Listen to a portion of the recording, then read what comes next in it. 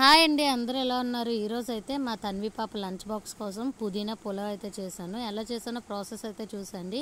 Mixie jar తీసుకొని కొంచెం పుదీనా, కరివేపాకు, కొత్తిమీర, జీలకర్ర, అల్లం ముక్క, పచ్చిమిర్చి, 4 వెల్లుల్లి రెబ్బలు, కొంచెం వాటర్ అయితే వేసి మిక్సీ పట్టేశాను. ఇక్కడైతే నేను ఒక గ్లాస్ బియ్యం అయితే కడిగేసి పక్కన పెట్టుకుంటున్నాను. నేనైతే బాస్మతి రైస్ తీసుకున్నాను. మీరు ఏ రైస్ తీసుకున్నా పర్వాలేదు. తర్వాత ఇంకా మనం మిక్సీ పట్టేసిన తర్వాత స్టవ్ ఆన్ చేసి కుక్కర్ పెట్టుకొని కుక్కర్లో కొంచెం నెయ్యి, కొంచెం ఆయిల్ వేసుకొని హోల్ గరం మసాలా, ఉల్లిపాయలు, పచ్చిమిర్చి, కరివేపాకు వేసి బాగా ఫ్రై చేసుకోవాలి. ఇవన్నీ బాగా ఫ్రై చేసిన తర్వాత ఒక టమాటా అయితే కట్ చేసి వేసుకొని కొంచెం ఉప్పు వేసి టమాటాని అయితే బాగా మగ్గించుకోవాలి.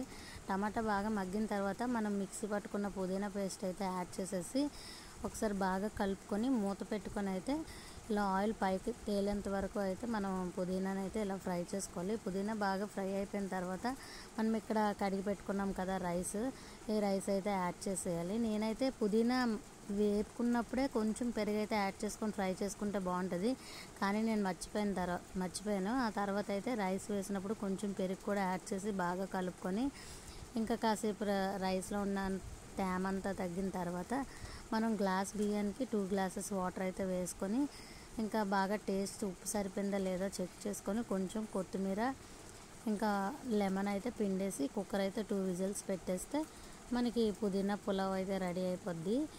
ఈ ప్రాసెస్లో ఒకసారి ట్రై చేయండి, టేస్ట్ కూడా చాలా బాగుంటుంది అనమాట. నాకైతే మా తన్వికి లంచ్ బాక్స్ పెట్టేసిన తర్వాత కొంచెం ఉంటే నేను కూడా టేస్ట్ చేశాను. టేస్ట్ అయితే చాలా బాగుంది. వీడియో నచ్చితే లైక్ చేసి సబ్స్క్రైబ్ చేసుకోండి.